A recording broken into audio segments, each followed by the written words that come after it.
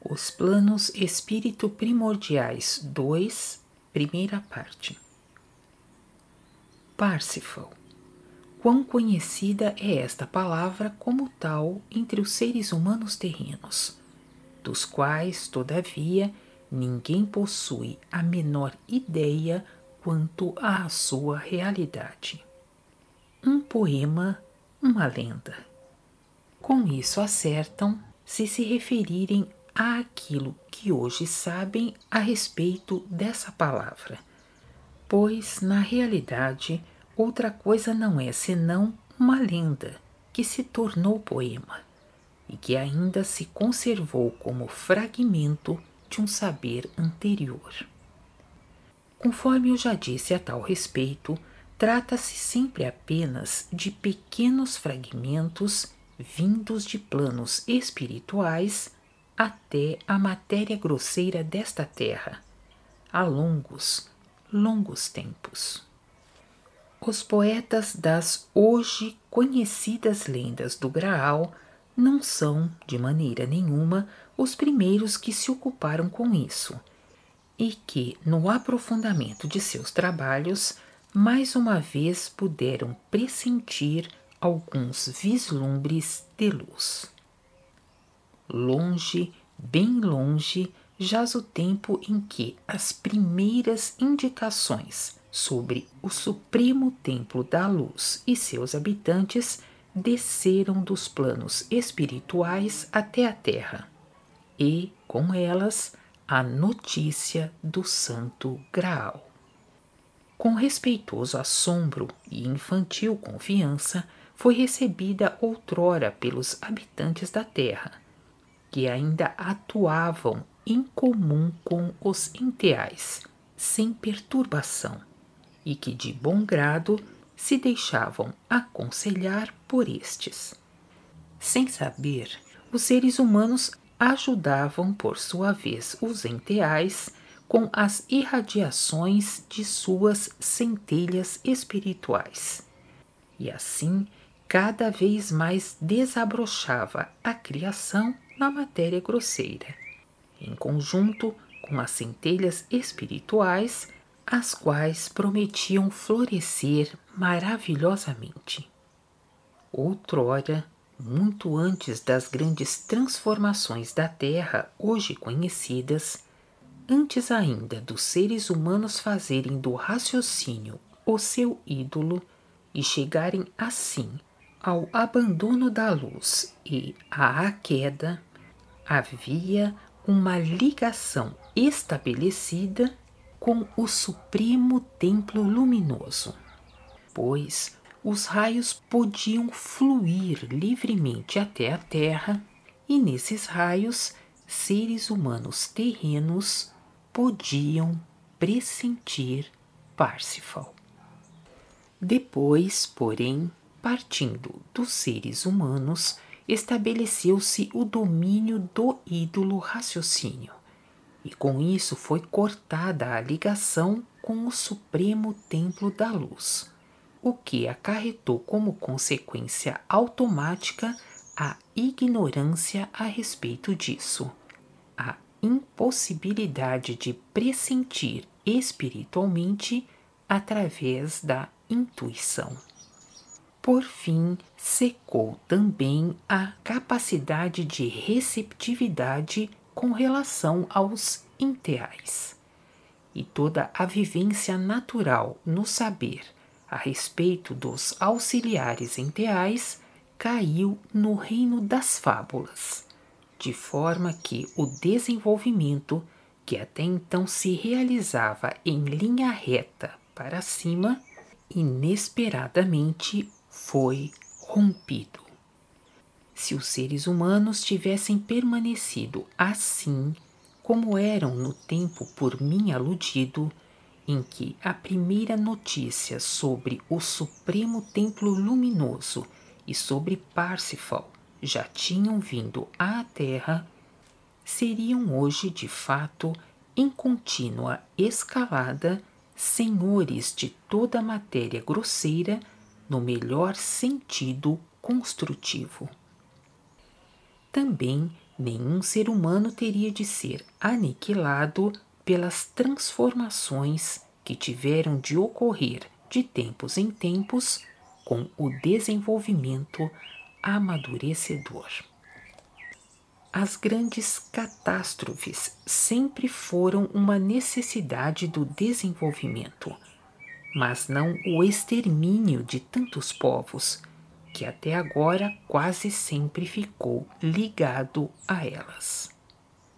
Se os seres humanos não tivessem leviana e criminosamente abandonado a ligação com os auxiliares enteais e as alturas luminosas, seriam sempre avisados a tempo, antes de cada calamidade, e guiados para longe das regiões em perigo, a fim de escapar ao extermínio. Pois assim também acontecia outrora, quando os seres humanos se deixavam guiar obedientemente pelos auxiliares que o Criador lhes outorgou no mundo enteal e espiritual, com cujos mundos procuravam, alegremente agradecidos, manter ligação. Mais tarde, porém, privaram-se desses inestimáveis auxílios, devido à presunçosa e pretendida esperteza do raciocínio, e forçaram com isso várias vezes seu doloroso extermínio, como também agora o forçam novamente, visto não quererem mais ouvir os últimos chamados provenientes da luz, julgando saber tudo ainda melhor, como tantas vezes. A miséria, o desespero e o extermínio são sempre o efeito recíproco, consentâneo com as leis da criação de uma atuação errada, não sendo isso finalmente tão difícil de compreender, bastando que se queira. Nisso repousa uma lógica tão simples e clara que mais tarde mal podereis compreender como foi possível não perceber semelhante coisa e não atentar nisso rigorosamente, a fim de não somente poupar a si próprio todos os sofrimentos, como até transformá-los em alegrias. Vós próprios vedes hoje bem nitidamente que nenhum ser humano pode realmente opor-se a isso. Nenhum povo e nem mesmo a vontade unida de toda a humanidade conseguiria semelhante coisa, pois tudo na criação permanece somente criatura dependente perante a vontade de Deus. Jamais será diferente. Assim, tratou-se sempre somente da ação errada de submissão ao raciocínio atado e enleador, a cujas consequências naturais já tantas pessoas isoladamente e povos inteiros tiveram de sucumbir, porque se mantiveram fechados a toda e qualquer possibilidade de uma salvação através de condução superior. Podeis reconhecer nisso facilmente a grande simplicidade da atuação das leis divinas e ver também o que os seres humanos perderam com isso. Dei-vos hoje com isso, de passagem, uma visão daquele grande atuar da criação, assunto que já fez a criatura humana quebrar tanto a cabeça, para que vós, através da mensagem, possais ver que toda a infelicidade, toda a angústia e todo o sofrimento o ser humano somente tem de atribuir a si mesmo, e muita coisa poderia ter evitado se não tivesse enveredado teimosamente por caminhos errados. Através da mensagem, podeis reconhecer claramente e fundamentar cada acontecimento que ocorre na criação.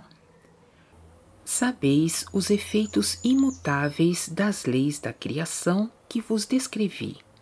Conheceis sua simplicidade e sua grandeza, facilmente distinguíveis. Cada vez mais constatareis que eu, com a mensagem, vos dei a chave para o correto esclarecimento de cada processo e, por conseguinte, de toda a criação. Deixai vosso zelo e vossa incansável vigilância descobrir isso com o tempo, e então tereis o caminho para a vida eterna, precisando apenas seguir por ele, a fim de alcançá-la. Os seres humanos, pois, já tinham recebido em tempos remotos a primeira e certa notícia sobre Parsifal. O saber disso propalou-se entre eles de boca em boca, de pai para filho. Contudo, no retrocesso da pureza da ligação com o atuar da criação, obscureceu-se também, pouco a pouco, a transmissão do saber original. Foi alterado imperceptivelmente pelo raciocínio crescente e, finalmente, atrofiado, restando somente como lenda, que não tinha mais nenhuma semelhança com o saber de outrora. Seres humanos que se esforçavam por ideais nobres ocupavam-se sempre de novo com esses fragmentos de lendas e procuravam, aqui na Terra, criar algo de matéria grosseira daquilo, porque julgavam que a origem dessas tradições deveria se encontrar num modelo terreno de épocas remotas. Isso eles queriam renovar e tentaram fazê-lo frequentemente em grandes intervalos de tempo.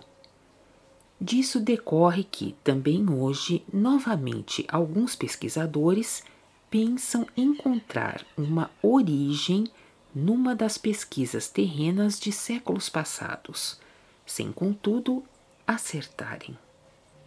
O ser humano não se livra da confusão, por mais que se esforce, pois lhe falta a conexão com o fato real, que lhe quero dar de novo a fim de extirpar tudo o que está errado.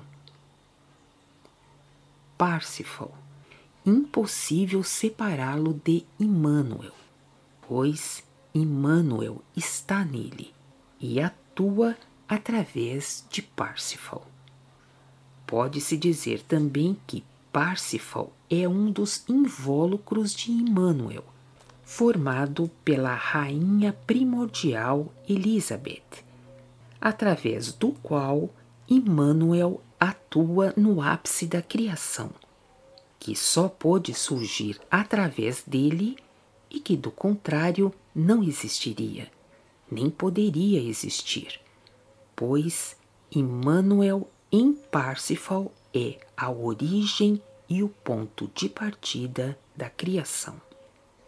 Ele é a vontade criadora de Deus, e Deus está com ele e nele. Que algo tão grandioso pudesse ser rebaixado até aquela figura que a humanidade terrena imagina hoje como sendo Parsifal, só é possível junto a essa humanidade terrena, que comprime tudo no pó através de seu raciocínio, já que ele próprio nasceu do pó. Continua na segunda parte.